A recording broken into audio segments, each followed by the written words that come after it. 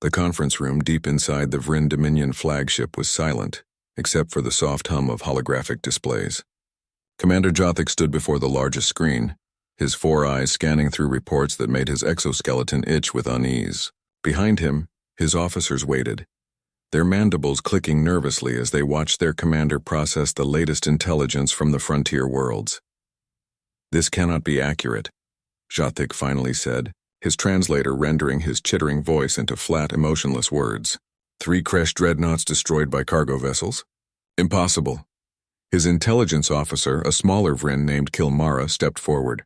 Her voice carried the tremor of someone delivering news they wished they could unsay. "The data has been verified 17 times, Commander. The human vessels were civilian freighters, retrofitted with weapons that our analysts describe as primitive at best, and yet the Kresh fleet was obliterated." Jothik turned to face his crew. In his long career spanning 4 decades of military service, he had seen many species fight and die across the galaxy. The Kresh were known as formidable warriors, their technology advanced, their tactics refined through centuries of conquest. They did not lose battles to cargo ships. "Show me the engagement footage," he commanded. The hologram shifted, displaying the black void of space.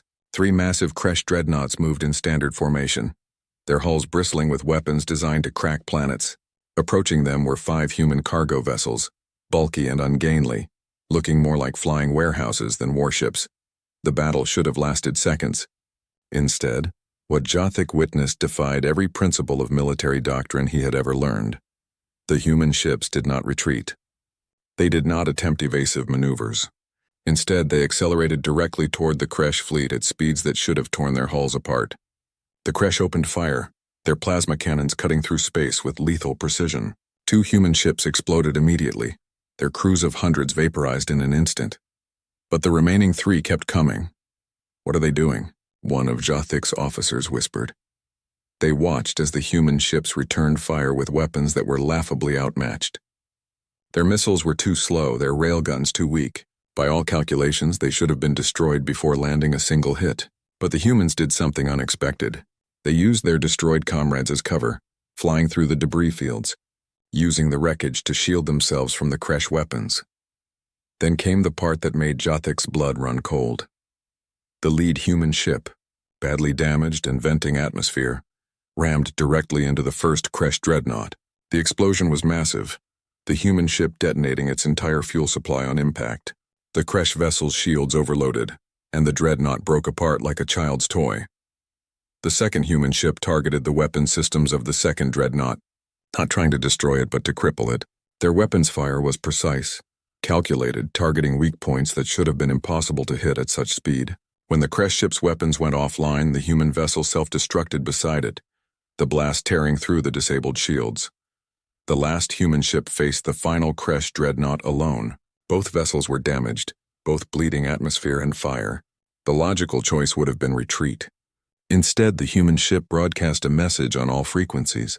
Jothik listened to the translated words, "For those we lost. For those we protect. We do not yield." The final exchange lasted mere seconds. The human ship took catastrophic damage, its hull breaching in 17 places. But in those final moments, its crew managed to launch every remaining weapon they had. The Kresh dreadnought, already damaged from supporting its destroyed companions, could not withstand the barrage. Both ships died together in a ball of nuclear fire. The hologram ended, leaving the conference room in stunned silence. "This is the 3rd such engagement this month," Kilmara said quietly. "Humans do not fight like other species, Commander. They do not calculate odds. They do not surrender when defeat is certain. They fight harder when they are losing." Jothik had read the reports, but seeing it was different. Every species in the Galactic Council understood warfare. They understood strategy, tactics, the preservation of forces, the value of retreat. But humans seemed to operate on different principles entirely. He pulled up another file, this one from the Cerulean Concordat's encounter with human forces 6 months prior. The Ceruleans had attempted to claim a mining colony in disputed space, confident their superior numbers would force human surrender. Instead, a single human platoon held off an entire Cerulean battalion for 3 days. The Ceruleans reported that human soldiers fought with increasing ferocity as they sustained casualties. Wounded humans did not withdraw. They fought from where they fell. When ammunition ran low, they used improvised weapons. When those failed, they used their hands. The Ceruleans won the battle eventually, but lost 60% of their forces doing so. The mining colony was economically worthless after the damage inflicted during the fighting. Their psychology is wrong, one of Jothic's tactical officers observed. Pain should reduce combat effectiveness. Injury should prompt retreat. Hopelessness should lead to surrender. Humans experience all these things and somehow become more dangerous because of them. Jothic nodded slowly. The Galactic Council maintained extensive psychological profiles on every known species. Most civilizations fought to win, but they also fought to survive. Self-preservation was a universal constant, or so everyone had believed until humanity joined the galactic community. Humans preserved themselves by being willing to die. It was paradoxical, illogical, and terrifyingly effective. "There is something else," Kilmara said, her voice even quieter now. "Something that concerns Central Command more than these conventional engagements." She activated a new display, this one showing not battle footage but intelligence reports, communication intercepts, and analysis documents marked with the highest security classifications. Jothic leaned forward, his primary eyes focusing on the data while his secondary eyes watched his crew's reactions. "We have been monitoring human military communications for standard intelligence purposes," Kilmara explained. "Standard force deployments, supply chains, fleet movements. Everything one would expect. But there are anomalies, Commander. Patterns that make no sense." The display showed a map of human military operations across their controlled space. Standard units were marked in blue, their movements tracked and predictable. But scattered across the map were gaps, blind spots where human forces appeared to be active but no official units were deployed. "Pirates eliminated with no human ships in the sector," Kilmara continued. "Smuggling operations destroyed by forces that officially do not exist. Enemy installations sabotaged by soldiers who appear on no roster, belong to no regiment, and answer to no public chain of command." Jothic studied the patterns. At first they seemed random, but as his tactical mind processed the data, he saw the truth. These ghost forces appeared wherever human interests were threatened, but official military presence would cause diplomatic complications. They operated in the shadows of human military doctrine, effective but deniable. "Humans call them the vanishing units," Kilmara said, and her voice carried an edge of fear that Jothic had never heard from her before. "We have intercepted the designation in encrypted communications. We have found evidence of their actions, but we cannot find them. We cannot track them. We cannot even confirm they truly exist." One of the junior officers, a young Vryn who had only recently completed combat training, spoke up. "Perhaps they are simply rumors. Propaganda meant to frighten enemies. Many species use psychological warfare." Jothic wanted to believe that. He truly did. But he had not survived 4 decades of military service by ignoring evidence, no matter how disturbing. "Show them the Keltar incident," he ordered. Kilmara hesitated, then complied. The hologram displayed a remote outpost on a frozen moon, a Keltar listening station that had been monitoring human communications. The Keltar were neutral, their intelligence gathering tolerated by all parties as they sold information equally to anyone willing to pay. The footage showed the outpost operating normally. 53 Keltar personnel going about their duties, their sensors sweeping space for valuable data. Then in the span of 17 seconds, every Keltar in the facility died. The recording showed no attackers, no ships in orbit, no breach of the facility's hull. The Keltar simply collapsed one after another as if struck down by an invisible force. When Vryn investigators arrived 3 days later, they found the bodies and nothing else. No evidence of toxins, no sign of forced entry, no indication of what had killed an entire outpost. Except for one thing. In the facility's main computer, someone had left a message. "Stop listening to things not meant for your ears." The message was in perfect Keltar script. The computer showed no signs of being accessed. The security system showed no intruders. It was as if ghosts had written a warning and vanished back into nothing. "The Keltar have ceased all monitoring of human communications," Kilmara said. "They will not discuss what happened. They will not accept payment for information about humans. They are terrified." Jothic felt his own fear growing, a cold sensation spreading through his thorax. The Galactic Council had built its power on information, on understanding threats and calculating responses. But how did one calculate a response to an enemy that could not be seen, could not be tracked and might not even officially exist. Human conventional forces are already designated as high threat, he said slowly, thinking through the implications. Their soldiers are unpredictable, their tactics borderline suicidal. Their refusal to accept defeat makes them incredibly dangerous. We have adjusted our military doctrine to account for this. But if they have forces beyond their conventional military, forces that operate without restrictions or oversight. He did not finish the sentence. He did not need to. Every officer in the room understood the implications. An enemy you could see was dangerous. An enemy you could see and who refused to surrender was more dangerous. But an enemy you could not see, who struck from nowhere and vanished without trace, who might be watching from the shadows at any moment. That enemy was the most dangerous of all. What does Central Command recommend? Jothik asked. Kilmara's mandibles clicked in distress. They recommend we continue monitoring and gathering intelligence. But they also recommend we avoid direct confrontation with human interests whenever possible. The cost of defeating their conventional forces is already high. The cost of facing both their conventional forces and these vanishing units simultaneously may be more than the Dominion is willing to pay. Jothik looked at the holographic display one more time, at the map showing human territory and the ghost-like patterns of the vanishing unit's suspected activities.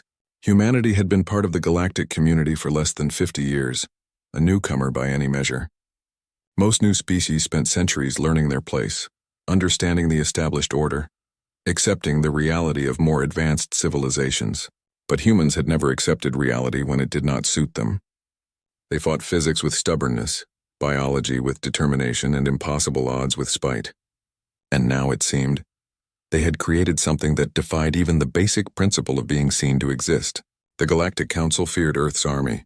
That was already established, already accepted, already calculated into diplomatic and military planning. But the vanishing units represented something new, something that could not be calculated or planned for. How did one defend against shadows? How did one fight ghosts? Jothik did not know, and that ignorance terrified him more than any conventional threat ever could. The invasion of Earth began on a Tuesday morning, though Lieutenant Kira Okoye would not remember that detail until much later.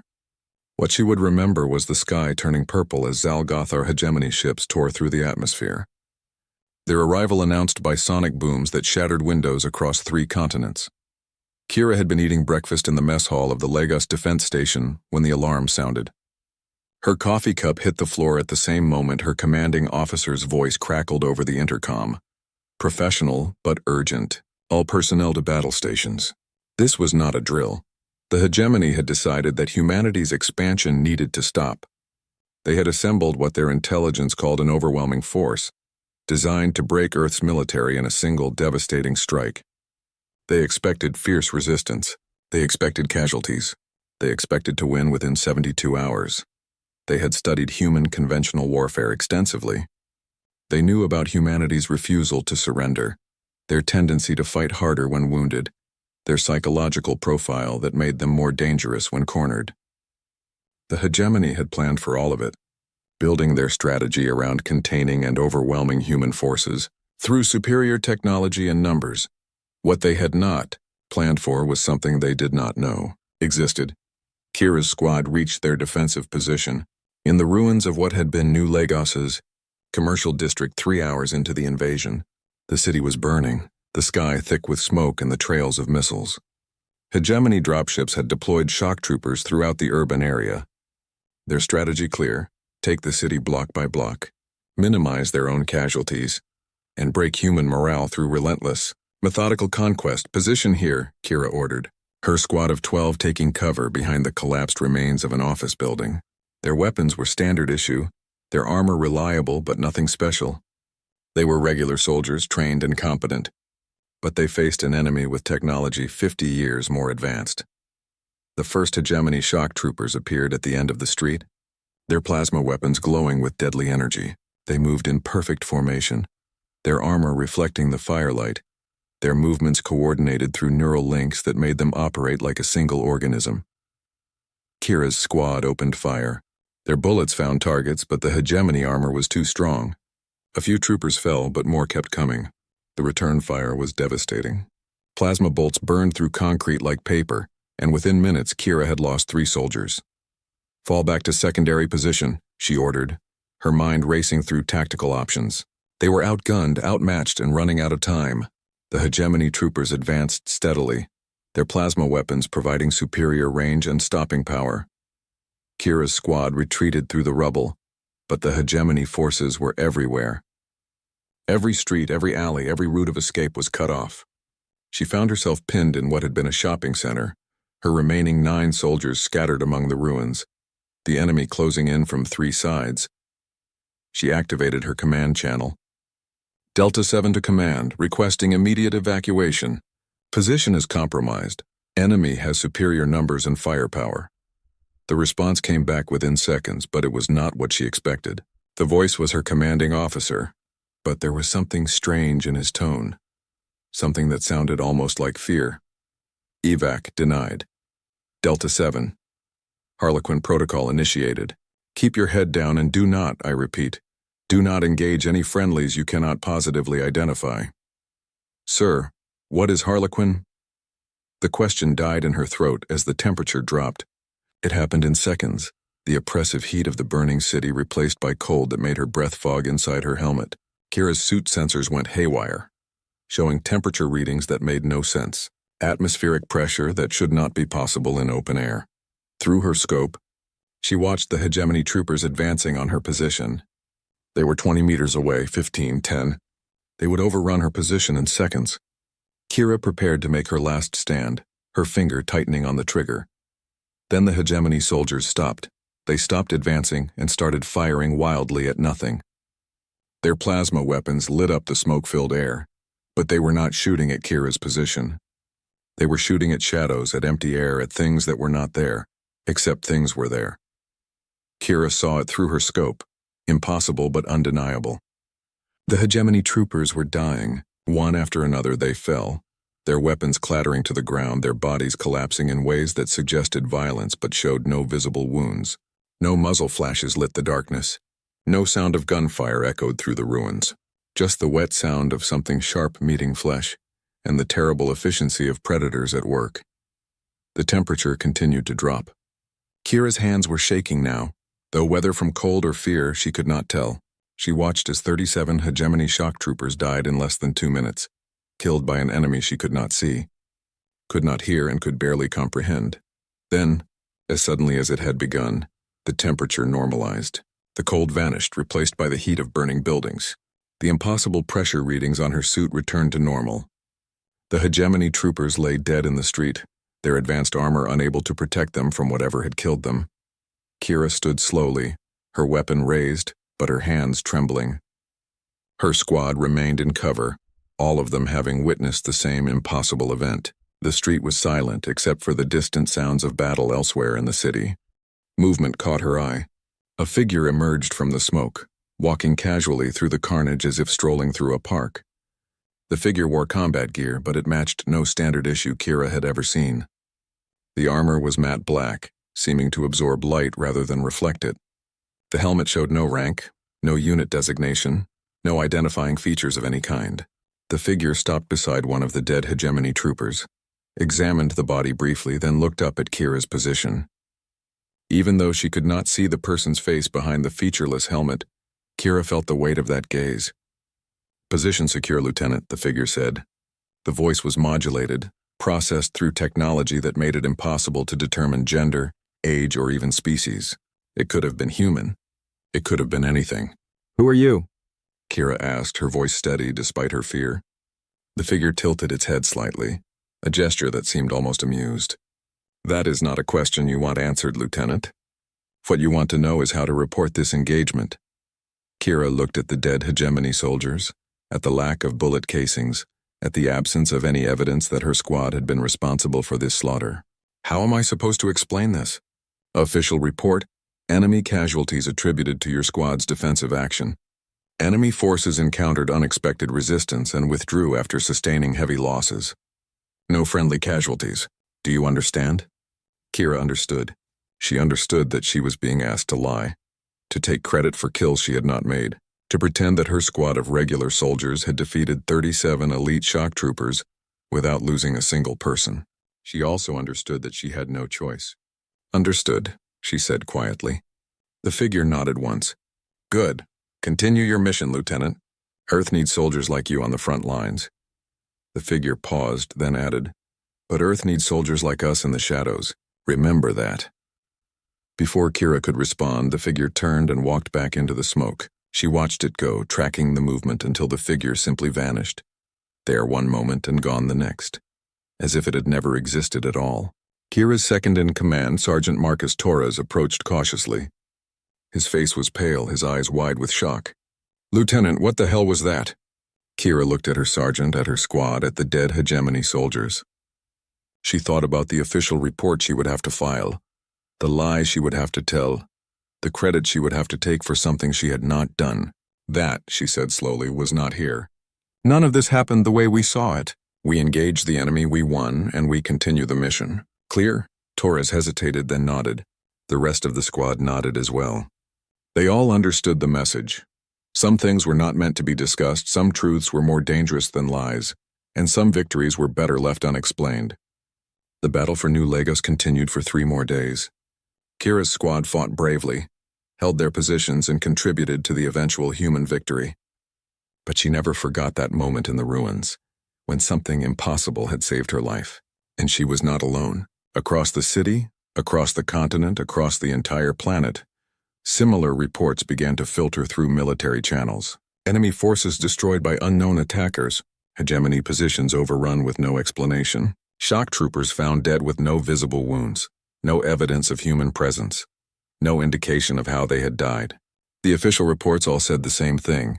Human forces had achieved decisive victories through superior tactics and determination. The truth, whispered in barracks and mess halls but never officially acknowledged, was different. Something was out there, something that wore no uniform, answered to no public command, and killed with terrifying efficiency. Something that existed in the space between official record and reality, operating in shadows that conventional warfare could not reach. The hegemony had studied human conventional forces. They had prepared for human stubbornness, human refusal to surrender, human tendency to fight harder when wounded. They had built their invasion plan around defeating those characteristics. But they had not prepared for the vanishing units. They had not prepared for soldiers who did not exist in any database, who struck from nowhere and disappeared without trace, who operated under protocols that even most humans had never heard of. The hegemony had calculated the cost of defeating Earth's official military. They had never calculated the cost of fighting Earth's ghosts. 3 days after the invasion began, hegemony forces started reporting strange occurrences. Patrol units found dead with no enemies in sight. Communication relays destroyed by invisible attackers. Command posts going silent, then discovered as scenes of carnage that made no tactical sense.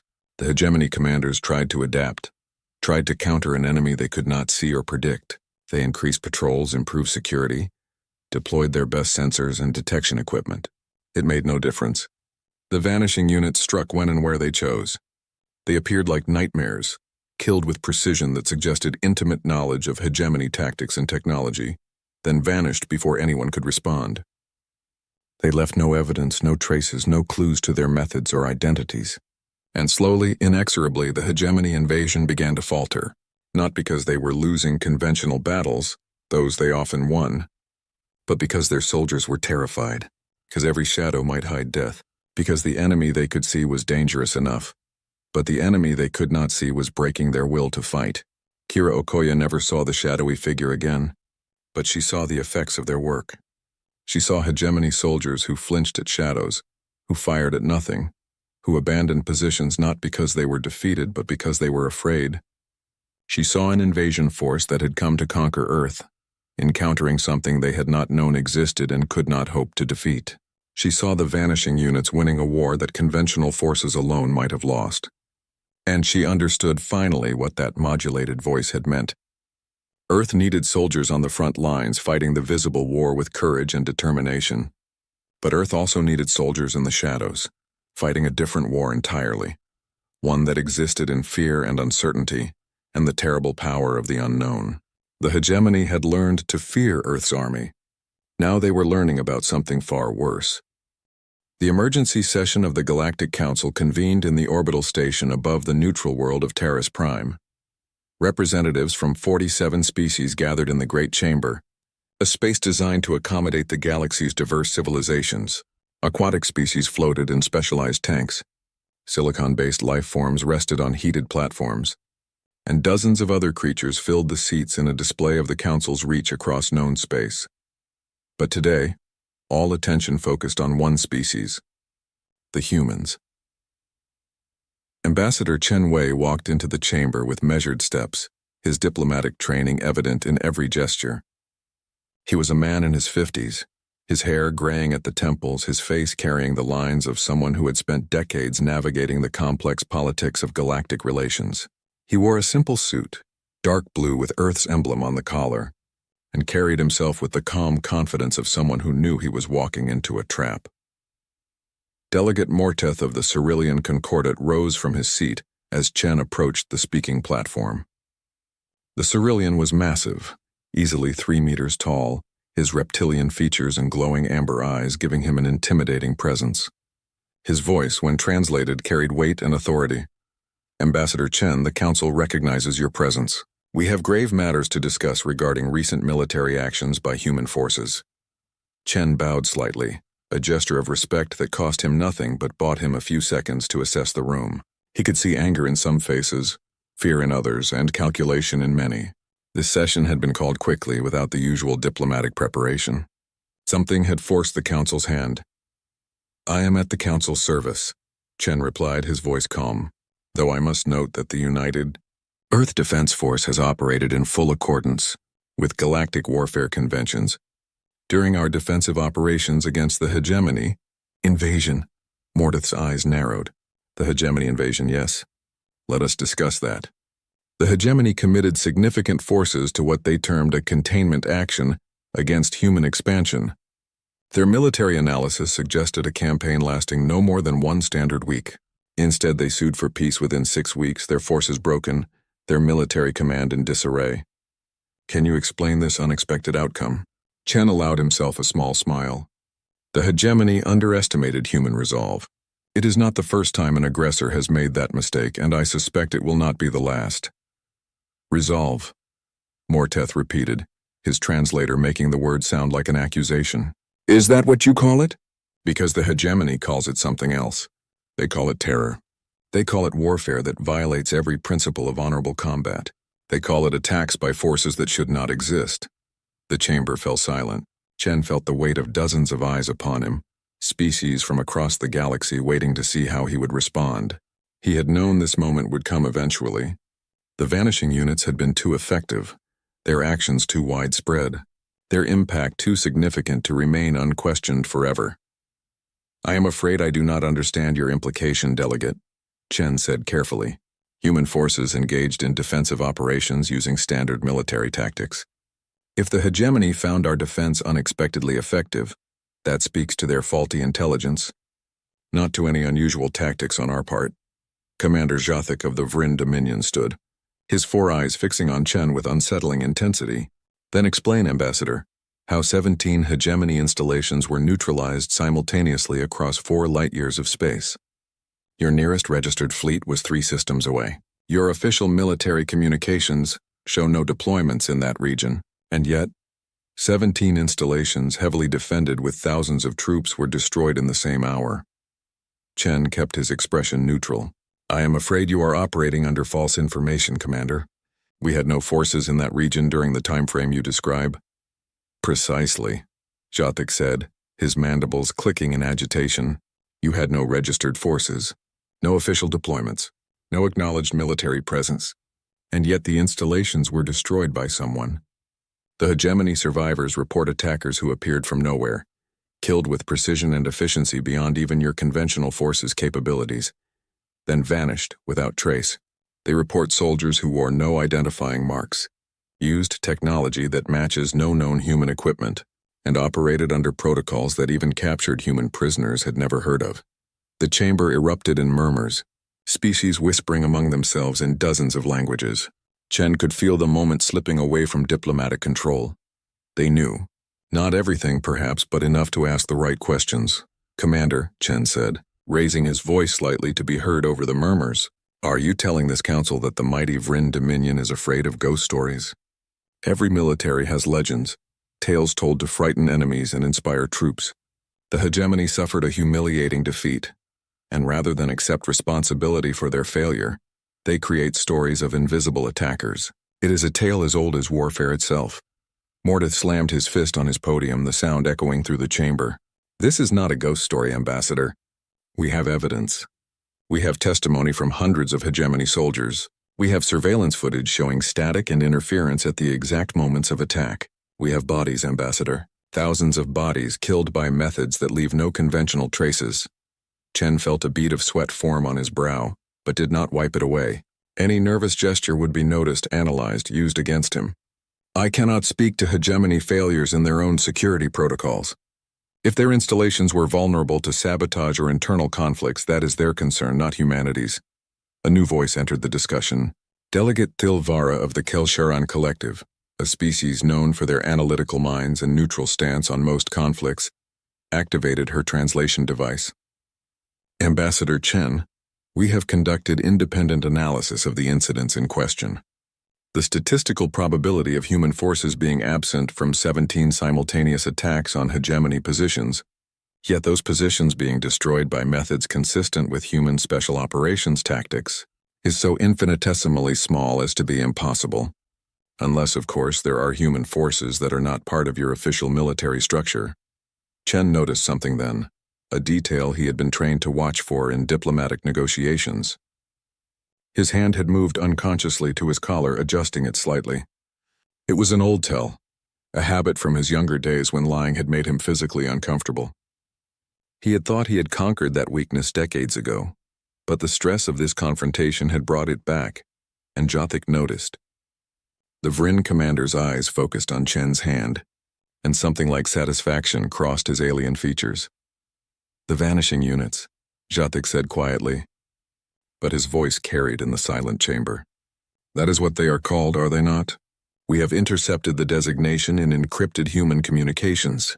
We have found evidence of their existence in operation reports that were deleted, but not thoroughly enough. We have tracked their activities across a dozen conflicts, always operating in the shadows, always deniable, always invisible until they strike. Chen felt the diplomatic ground crumbling beneath his feet.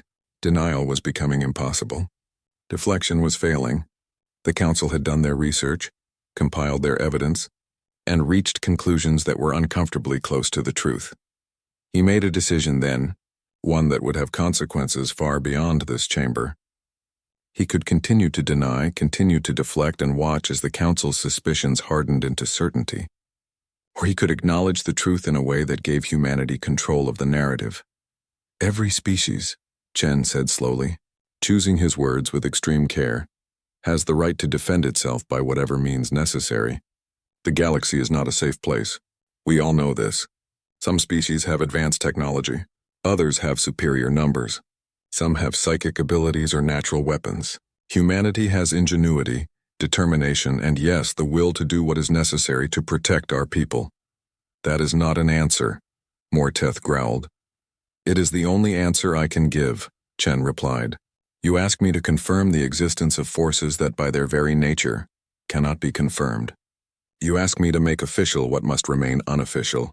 You ask me to expose methods and capabilities that, once exposed, lose their effectiveness. I cannot and will not do that. Tilvara leaned forward in her seat. Ambassador, this council has the right to know what threats exist in the galaxy. If humanity has developed military capabilities beyond what has been declared, that affects the security of every species here. We have treaties, agreements, protocols for military transparency. You cannot simply hide an entire branch of your military and expect the council to accept that. Chen met her gaze steadily. We hide nothing that we are required to disclose under galactic law. Our conventional forces are documented. Our fleet positions are reported. Our military expenditures are transparent. If there are other elements to human defense strategy, elements that operate outside conventional military structure, then they exist in the spaces that galactic law does not regulate. Convenient, Jothik observed. You exploit a loophole in galactic law to operate forces that the Council cannot monitor or control. We exploit nothing, Chen said. his voice hardening slightly. We defend ourselves. The hegemony invaded our homeworld with the intent to break our civilization. They brought overwhelming force, superior technology, and the confidence of certain victory. And yet here we stand, victorious, while they sue for peace. If the methods of that victory disturb you, perhaps you should question why the invasion was launched in the first place. The chamber erupted again, this time with more heated exchanges. Some delegates argued that human actions set a dangerous precedent, that allowing one species to operate unmonitored military forces would encourage others to do the same. Others pointed out that the Council had failed to prevent the hegemony invasion and had no moral authority to question human defensive measures. Mordeth called for order, his voice cutting through the chaos. This debate can continue, but we must address the immediate concern. Ambassador Chen, the Council demands transparency. We demand information about these vanishing units. We demand to know their capabilities, their numbers, their command structure, and their operational parameters. Chen shook his head. The Council has no authority to demand that information. We have violated no galactic laws. We have attacked no neutral parties. We have defended ourselves against an unprovoked invasion. What methods we use to achieve that defense are not subject to Council oversight. Then we will make them subject to oversight, Mordeth declared. I move that the Council draft new regulations requiring all member species to declare all military assets, including special operations forces, intelligence units, and any other personnel engaged in military or paramilitary activities. The motion was seconded immediately by 3 other delegates. Chen felt a sense of inevitability settling over the chamber. This was what he had feared, what Earth's military commanders had warned might happen.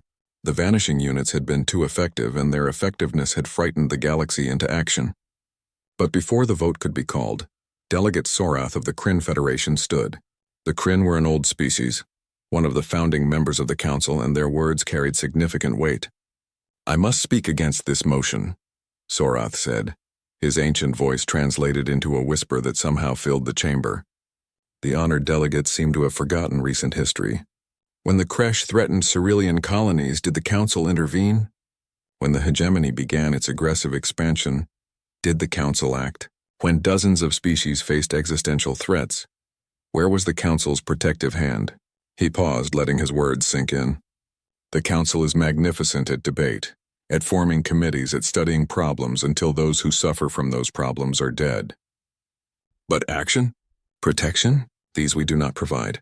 And now when one species finds a way to protect itself effectively, we rush to regulate them, to expose their methods, to strip away their defenses because we are uncomfortable with their success? Mordeth bristled. This is about transparency, about maintaining order. This is about fear, Sorath interrupted, his ancient authority overriding the Ceruleans' protest. We fear what we cannot see. We fear what we cannot control. We fear that humanity has found a way to level the playing field against species with superior technology and numbers. But I ask you all, is that fear justification for stripping away a species' right to self-defense? The chamber fell into contemplative silence. Chen watched as delegates who had been ready to vote for new regulations now hesitated, reconsidering their positions. Jothic broke the silence. Elder Sorath raises valid points. But the question remains. If we allow humanity to operate forces in secret, what prevents other species from doing the same? What prevents an arms race conducted in shadows, where no one knows who has what capabilities until war breaks out? What prevents it now? Chen asked quietly. Delegate Jothic, do you truly believe that every species in this council has declared all their military capabilities? Do you believe there are no intelligence services operating in secret? No special forces conducting missions that will never be officially acknowledged? No weapons development programs hidden from council oversight? The question hung in the air unanswered because everyone knew the answer. Every major species had secrets. Every military had units that operated outside public view. Humanity's only crime was being effective enough that their secrets could not be ignored. The difference, Mordeth said slowly, is that human secrets are winning wars. Human shadows are breaking military forces that should be unbeatable. Human ghosts are changing the balance of power in the galaxy. Chen nodded. Yes, they are. Because we had no choice. We are a young species in a galaxy full of civilizations thousands of years older than us, with technology we are only beginning to understand. with military forces that dwarf our own. We cannot match you in conventional warfare. We cannot compete with your numbers or your advancement. So we found another way. We found a way to make our enemies afraid, to make them think twice before attacking us, to make the cost of invading Earth too high to be worth paying. He looked around the chamber, meeting eyes both familiar and alien. You ask about the vanishing units. I cannot confirm they exist. I cannot deny they exist. But I can tell you this. If they do exist, they exist because the galaxy forced us to create them. They exist because humanity learned that survival in this universe requires more than brave soldiers and advanced weapons. It requires the will to do what others will not. It requires the ability to strike fear into hearts that thought themselves fearless. It requires shadows to balance the light. The session continued for hours, with debates and arguments and proposals that went nowhere. In the end, no regulations were passed, no demands were met, no secrets were exposed. The council adjourned with more questions than answers, more fear than understanding, and the knowledge that humanity had changed the rules of galactic warfare in ways they could not fully comprehend. As Chen left the chamber, Jothic approached him privately. You lied to us, Ambassador, the Vrind said quietly. Your hand went to your collar when you denied having forces in that region. It is a tell, a sign of discomfort with untruth. Chen smiled tiredly. Perhaps, Commander.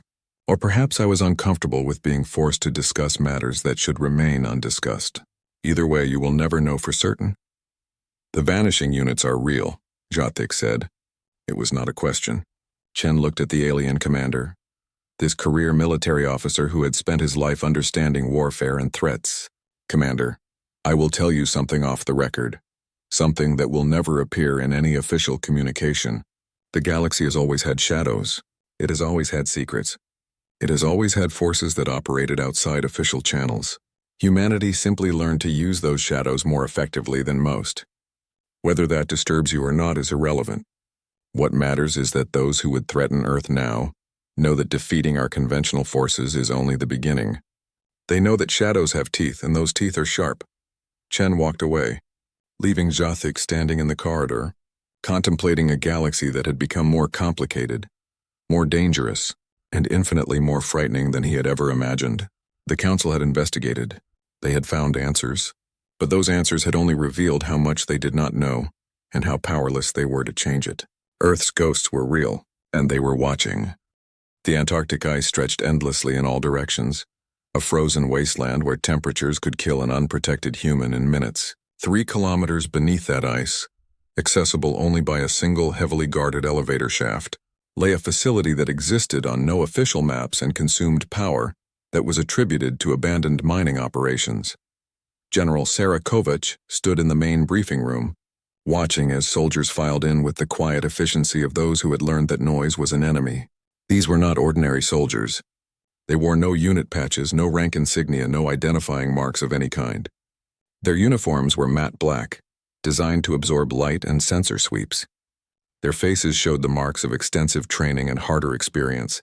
These were the vanishing units: Echo, Harlequin, Phantom, Wraith, and Poltergeist battalions.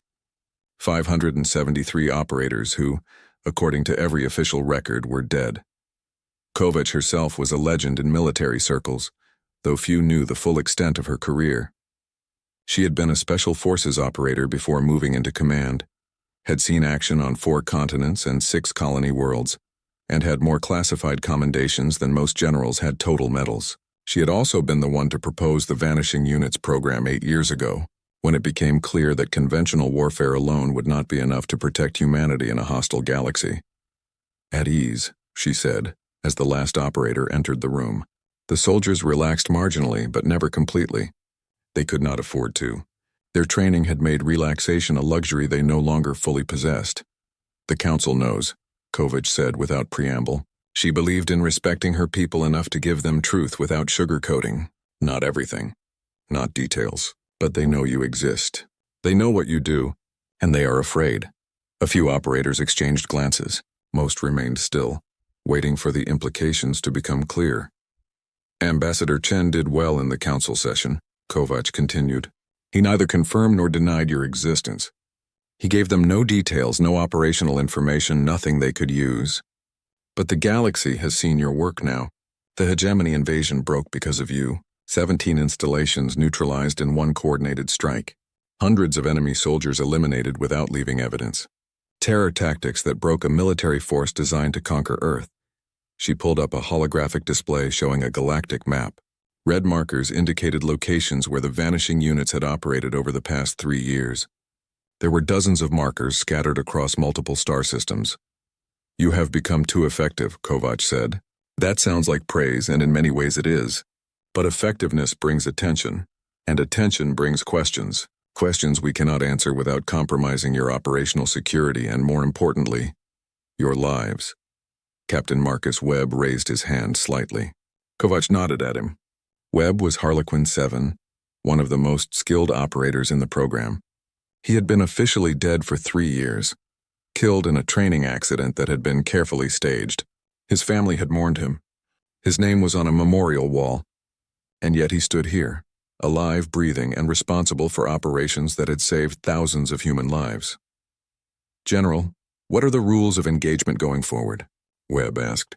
"If the Council is watching, if they are trying to track our operations, how do we continue to function?" It was a good question, the kind that showed why Webb had been selected for the program. The Vanishing units relied on invisibility, on the enemy's inability to confirm their existence. Once that invisibility was compromised, their effectiveness could be severely reduced. "The rules remain the same," Kovac said. "You operate in shadows. You leave no evidence.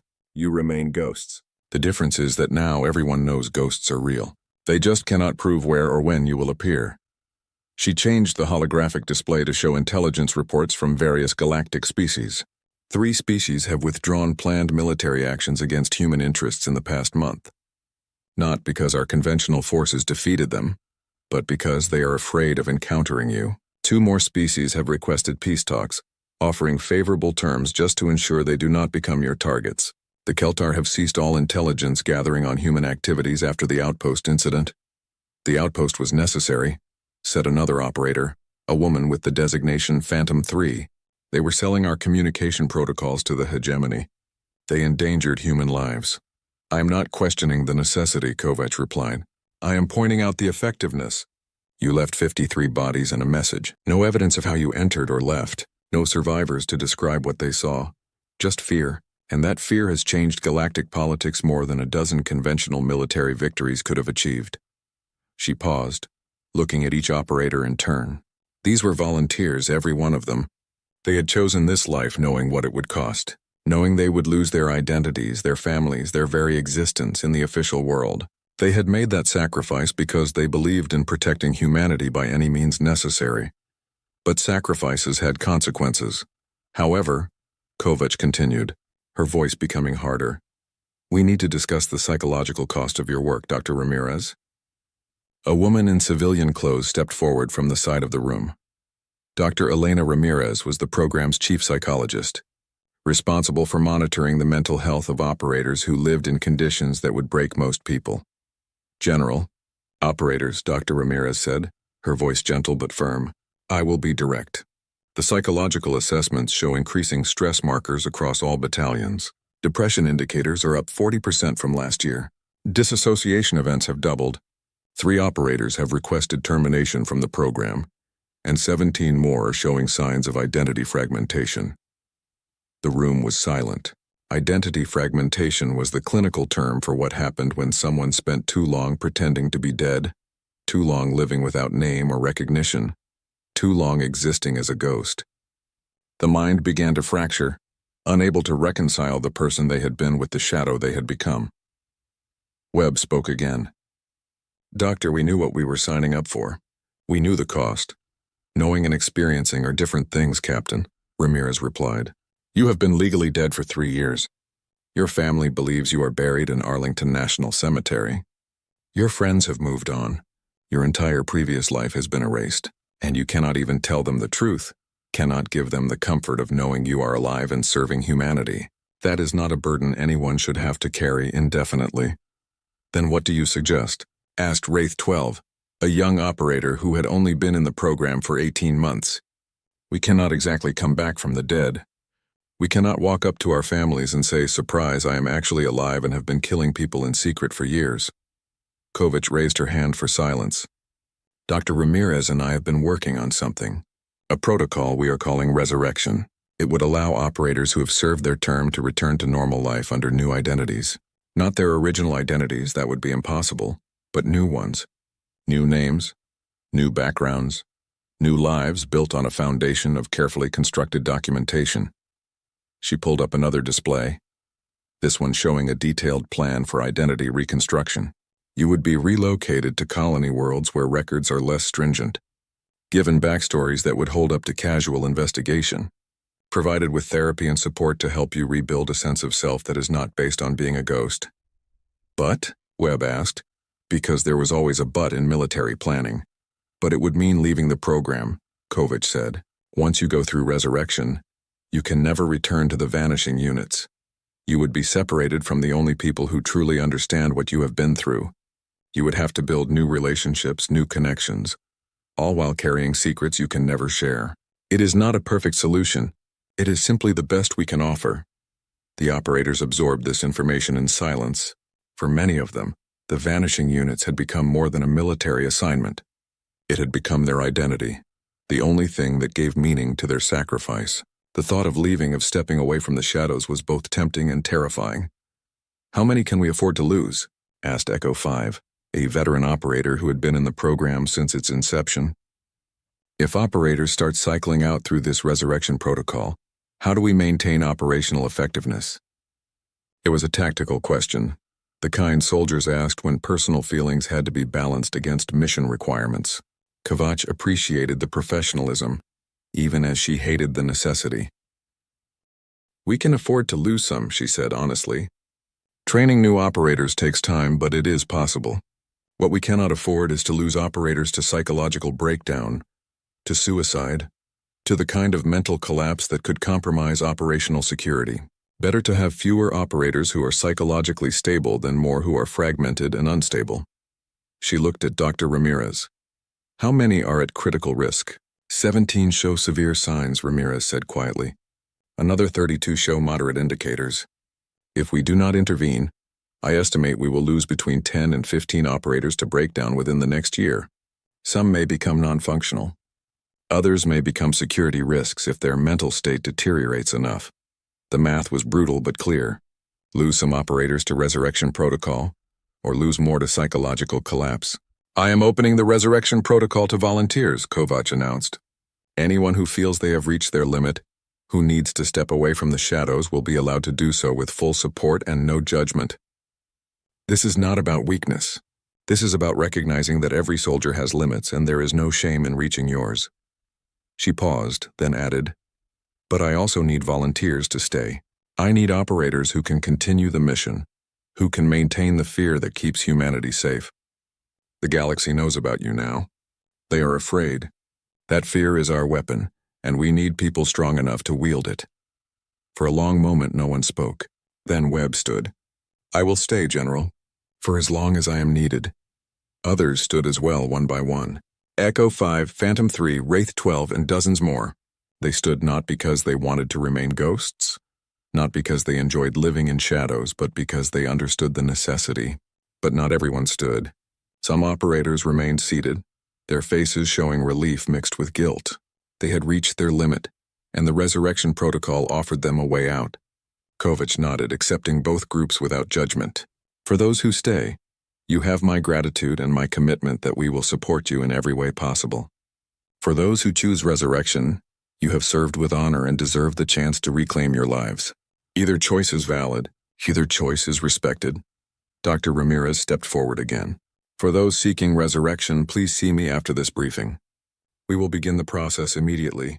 For those continuing, I will be implementing enhanced psychological support protocols, regular counseling sessions, peer support groups, and new techniques for managing identity stress. Kovac changed the display one final time, showing current threat assessments. For those staying, understand that your mission has not changed. You remain humanity's hidden blade, the fear that keeps our enemies cautious, the shadow that protects the light. The galaxy knows you exist now, but they do not know where you are, when you will strike, or how you operate. That uncertainty is your power. She highlighted several regions on the galactic map. Intelligence suggests 3 species are considering testing human defenses, trying to determine if the vanishing units are as effective as rumors suggest. They will be watching for you, trying to catch you, trying to prove you are not the unstoppable force the hegemony believes you to be. Let them watch, said Harlequin 7 quietly. Ghosts are best seen out of the corner of the eye, never straight on. Kovach smiled grimly. Exactly. You will continue operations as planned. Small teams, surgical strikes, maximum psychological impact with minimum evidence. Make them afraid of shadows. Make them second-guess every decision. Make them understand that attacking humanity means facing enemies they cannot see, cannot predict, and cannot defeat. She straightened to attention, and the operators did the same. You are the vanishing units. You are humanity's ghosts, our shadows, our hidden strength. The galaxy has learned to fear Earth's conventional army. Now they are learning about you. Make sure that fear is justified. Make sure they understand that humanity's shadows have teeth, and those teeth are sharp. Dismissed. The operators filed out silently, some heading to Dr. Ramirez to begin the resurrection process, others returning to their quarters to prepare for missions that would never officially happen. Kovach watched them go, feeling the weight of command settling heavily on her shoulders. She had created this program, had recruited these soldiers, had asked them to give up everything to become ghosts. Some had thrived in the shadows. Others had been consumed by them. And now, with the galaxy watching, she had to balance operational necessity against human cost. The vanishing units had saved humanity. They had broken the hegemony invasion, prevented countless conflicts, and established Earth as a power that could not be safely attacked. They had achieved everything Kovach had hoped for when she designed the program. But victory had a price, and that price was paid by people who existed only as shadows, fighting a war the galaxy barely acknowledged, sacrificing everything for a humanity that would never know their names. Kovach looked at the holographic display, at the map showing human territory and the countless threats surrounding it. The vanishing units would continue their work. Some operators would leave, seeking to reclaim their humanity. Others would stay, accepting their role as eternal ghosts.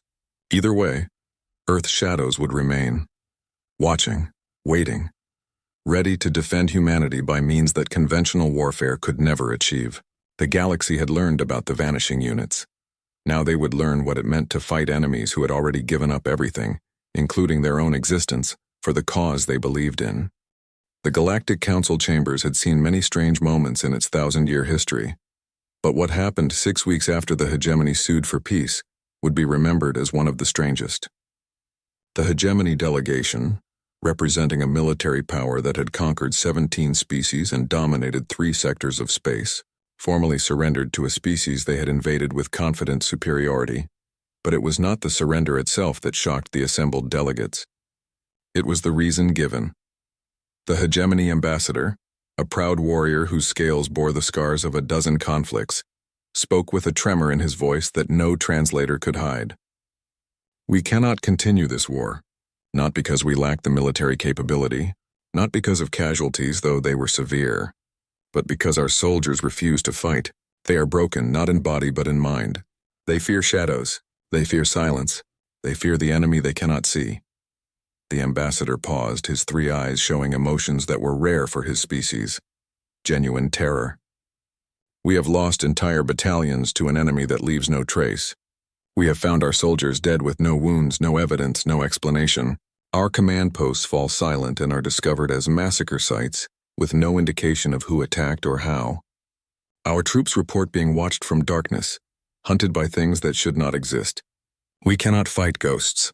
We cannot defeat nightmares. We surrender because the alternative is the complete psychological destruction of our military forces. Ambassador Chen Wei watched from his seat as the surrender was formalized. He felt no triumph, only a deep exhaustion. The vanishing units had achieved their purpose, had broken an invasion force through fear and psychological warfare. But victory felt hollow when achieved through methods that disturbed even those who employed them. After the formal session ended, Chen found himself surrounded by delegates who no longer bothered with diplomatic pretense. Delegate Morteth of the Cerulean Concordat approached first, his massive frame somehow less intimidating than his words. The Concordat wishes to discuss acquiring the services of your vanishing units, Ambassador. We have territorial disputes that could be resolved with such capabilities. Name your price. Chen felt his blood turn to ice. They are not for sale, delegate. They are not mercenaries, then what are they? Demanded Thilvar of the Kelsharan Collective. If they are not mercenaries, if they are not regular military, what exactly are these shadows of yours? And more importantly, who controls them? Other delegates crowded closer, each with their own demands or offers. The Vryn wanted training in similar tactics. The Keltar offered vast sums for just one consultation with Vanishing unit operators. The Zarkon Dominion threatened sanctions unless humanity shared its ghost soldier technology. Chen raised his hands for silence, his diplomatic training barely sufficient to maintain composure. The Vanishing units are not a commodity to be traded or a service to be purchased. They exist solely for the defense of humanity and human interests. They are not available for hire, rent, or consultation, but they are real, Jothic said quietly from the edge of the crowd. You can no longer deny it, Ambassador. The hegemony surrender makes that clear. You have created something unprecedented, and the galaxy has a right to understand what it is. Chen looked across the sea of alien faces, seeing fear, greed, calculation, and curiosity in various combinations. The secret was out, not through official confirmation but through undeniable results. The galaxy knew humanity had shadow soldiers, ghost warriors who struck from nowhere and vanished without trace. I will say this once, Chen announced, his voice carrying through the crowd. The Vanishing units exist because humanity learned a hard lesson in our own history. We learned that sometimes the only way to prevent greater bloodshed is to become the thing that makes others choose peace over war. They are our reminder that we will do whatever is necessary to protect our own. And what happens when your nightmares decide they no longer wish to remain hidden? Mordeth asked. What happens when your shadows want to step into the light? When your ghost soldiers decide they want recognition? Want glory, want the things that normal soldiers receive? The question struck deeper than the Cerulean knew. Chen had asked the same thing of General Kovach in their encrypted communication just days before. The answer still haunted him. That, Chen said carefully, is a matter of human internal policy and not subject to council inquiry. But the question lingered in his mind as he left the chambers. What happened when ghosts wanted to be human again? What happened when soldiers who had given up everything, including their own identities, wanted to reclaim what they had sacrificed? The answer came faster than anyone expected. 3 days after the council session, Chen received an urgent encrypted call from General Kovach. Her face on the screen showed stress lines that had not been there before. We have a problem, Kovach said without preamble. Some of the operators are asking to come home, not through resurrection protocol, not with new identities, but as themselves. They want to stop being ghosts. Chen felt a headache forming behind his eyes. That is impossible. They are legally dead. Their families have mourned them. Records have been erased. They cannot simply come back. I know that, Kovach snapped, her composure cracking slightly. But knowing and accepting are different things. These people have sacrificed everything, Chen. They gave up their lives, their identities, their very existence to protect humanity. And now they are asking for the one thing we cannot give them, their lives back. Chen was quiet for a moment, thinking through the implications. How many? 17 want immediate termination and return.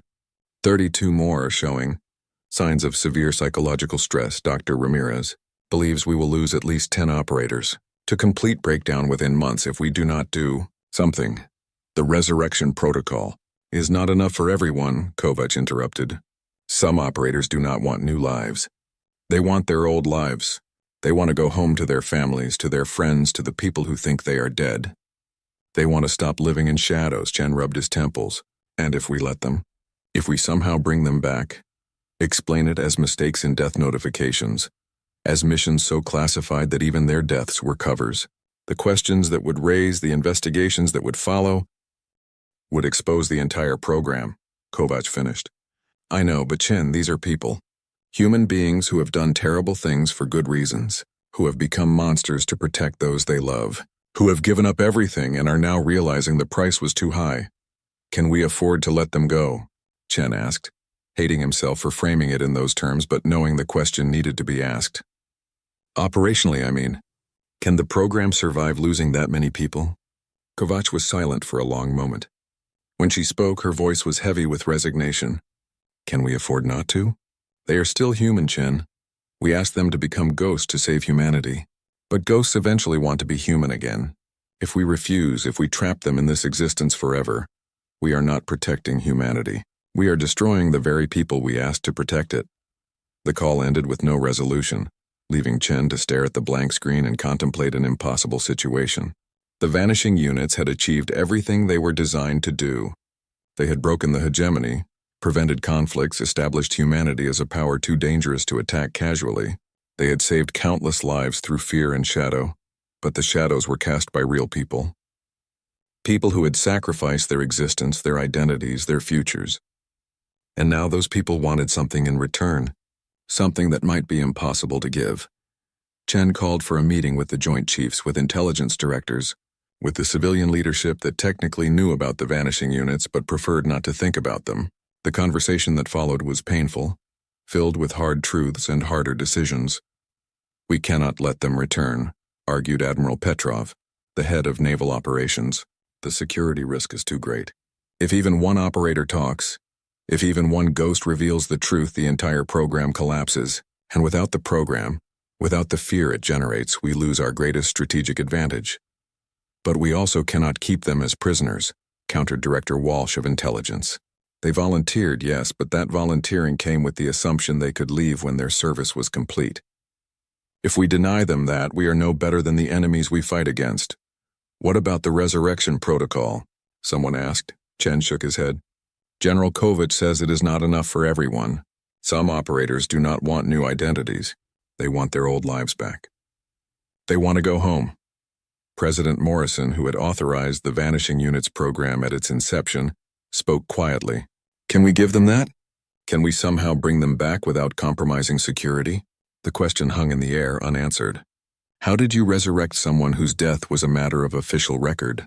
How did you explain to families that their loved one had been alive all this time, serving in a program so secret that even their existence had to be denied? How did you maintain operational security when the operators themselves wanted to step into the light? There might be a way, Chen said slowly, an idea forming. Not perfect, but possible. We could stage discoveries. Bodies that were misidentified. Prisoners of war who were thought dead but were actually in enemy hands. Soldiers who were in such deep cover that even their own military thought them dead. We build a narrative, a believable story, and we bring them back slowly, carefully, in ways that do not trigger investigations. The operators departed within the hour, vanishing into the black as they had been trained to do. They would complete the mission, eliminate the threat, and disappear without trace. The Krill would find their people dead and no fear. They would withdraw, reconsider, and decide that perhaps testing Earth's defenses was not worth the cost. And the vanishing units would add another victory to their unofficial record, another conflict prevented, another threat neutralized, all while remaining ghosts, shadows, nightmares that existed in the space between official reality and actual truth. Kovac closed the display and walked through the empty corridors of the facility. She passed quarters where operators slept fitfully, always ready to deploy, always carrying the weight of what they had become. She passed training rooms where new recruits learned to move without sound, to kill without evidence, to become the shadows that humanity needed. She reached her office and sat down, pulling up a file that she kept encrypted, even from most classified systems. It was a list of names. Every operator who had ever served in the vanishing units. Living, dead, returned, broken, and still serving. 573 names when the program started. 412 still in service. 93 through Resurrection Protocol, living new lives under new identities. 41 returned to their old lives, trying to be people they no longer were. 27 dead in operations that had never officially occurred. Each name represented a person who had chosen to become a ghost. Each represented a sacrifice that most humans would never know about, never understand, never appreciate. Kovac had created this program believing it was necessary. 8 years later, she still believed that. The vanishing units had saved humanity from invasions, from conflicts that would have cost millions of lives, from enemies that conventional forces could not defeat. But she also knew the cost. Not just in lives lost or identities erased, but in souls consumed by the shadows they inhabited, in people who could never fully return to the light, even when given the chance, in families who got their loved ones back, only to discover that the person who returned was not quite the person they had lost. A message appeared on her screen. Ambassador Chen, marked urgent. She opened it and read, "Council vote tomorrow on mandatory military transparency regulations. They are going to force all species to declare special operations units. We will have to choose. Expose the vanishing units or defy the council and face sanctions." Kovac stared at the message, feeling the weight of 8 years of impossible decisions pressing down on her. The council wanted answers. The galaxy wanted proof. Everyone wanted to drag humanity's shadows into the light, to examine them, to understand them, to regulate them. But shadows could not exist in light. The moment the vanishing units were officially acknowledged, they would lose their power. Fear required uncertainty. Terror required the unknown. Once the enemy knew exactly what they faced, knew the numbers and capabilities and limitations, the psychological advantage would vanish. She typed a response. "We cannot expose them. The program only works because it exists in doubt. The moment we confirm details, we lose everything we have built." Chen's reply came quickly. "Then we defy the council, face sanctions, possible trade restrictions, diplomatic isolation. The cost could be severe." Kovac thought about the operators still in the field, still fighting in shadows, still being the nightmares that kept humanity safe. She thought about those who had returned, carrying scars that would never heal. She thought about the future threats that would come, the enemies that would test Earth's defenses, the conflicts that would require soldiers willing to become ghosts. "The cost is already severe," she typed. "We pay it in the souls of our operators, in the families who mourn people who are not dead, in the psychological destruction of people who gave up everything. If we expose them now, if we drag them into the light, their sacrifice becomes meaningless. We face the council sanctions. We protect the shadows." Chen's response was a single word. "Agreed."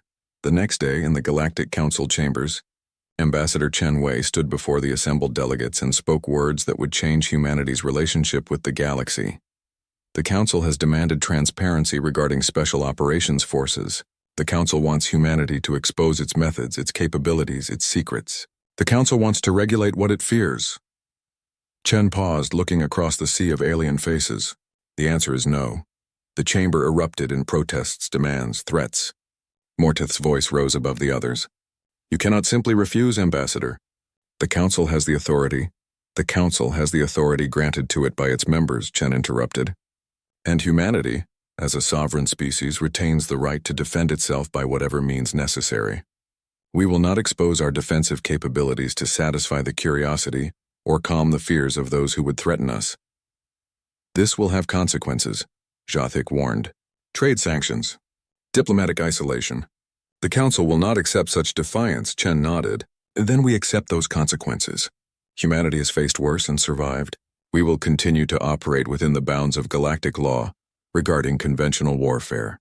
But our special operations capabilities, our defensive strategies, our methods, these will remain our own. Not because we wish to hide them out of shame, but because their effectiveness requires their secrecy." He looked directly at the gathered delegates. "You ask about the vanishing units. You want to know their numbers, their capabilities, their limitations. I will tell you this and nothing more. They exist to protect humanity. They exist because the galaxy has proven time and again that peaceful species must be prepared to do terrible things to survive. They exist because we refuse to be victims." "And if we impose sanctions?" Thilvara asked. "Then we endure sanctions," Chen replied. "Humanity has endured worse. We have survived extinction events on our homeworld. We have survived wars that nearly destroyed us. We have survived first contact with a galaxy that saw us as inferior. We will survive your disapproval as well." The vote was called. Sanctions were approved by a narrow margin. Trade restrictions were implemented. Diplomatic channels were limited. Humanity was isolated, punished for refusing to expose the shadows that protected them. But the vanishing units remained secret. The ghosts remained ghosts, and humanity, though isolated, remained safe. 3 months after the council vote, Marcus Webb received another encrypted message. It was not from General Kovac this time. It was from Phantom 3, one of the operators still in service. "We heard about the council vote, about the sanctions, about what standing by us cost humanity."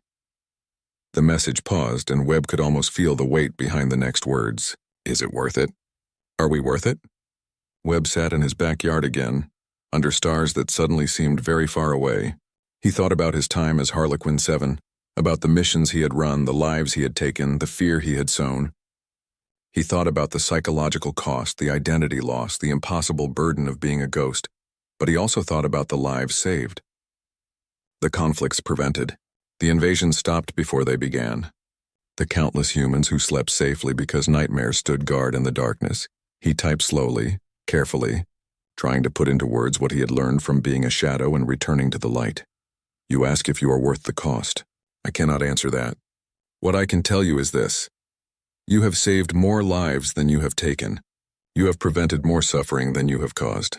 You are the price humanity pays for security in a hostile galaxy. Whether that price is worth paying, that is for history to judge. But know this.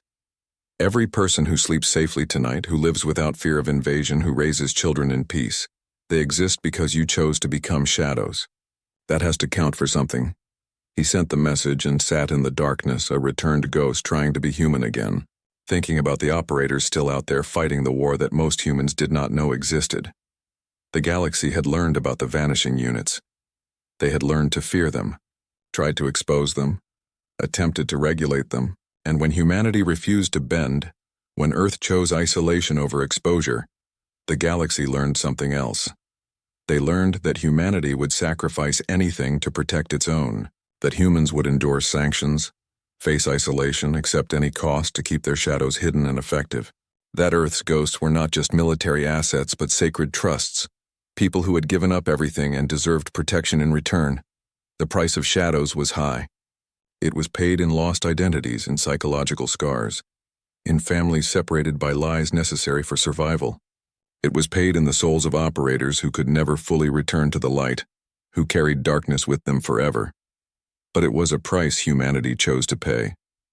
Because in a hostile galaxy, where strength determined survival, Earth had found strength in shadows, in ghosts who fought unseen, in nightmares that protected the innocent, and that strength, purchased at terrible cost, kept humanity free. General Kovach stood in her office beneath Antarctic ice, looking at the list of names one more time. Each name a story, each story a sacrifice, each sacrifice a thread in the tapestry of humanity's survival.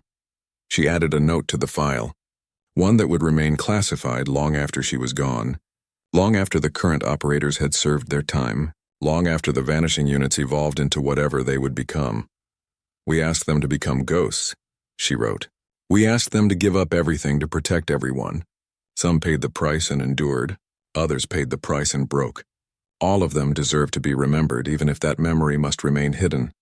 They are humanity's shadows, our necessary monsters, our silent guardians. And the galaxy fears them because they represent our absolute commitment to survival.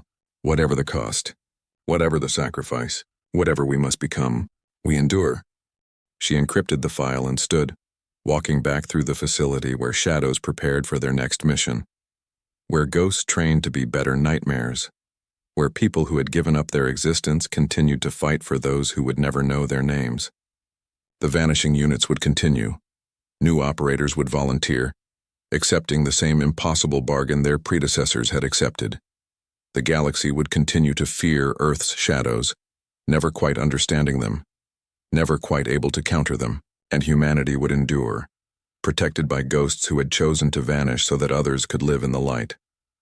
That was the price of shadows, and humanity, for better or worse, had chosen to pay it.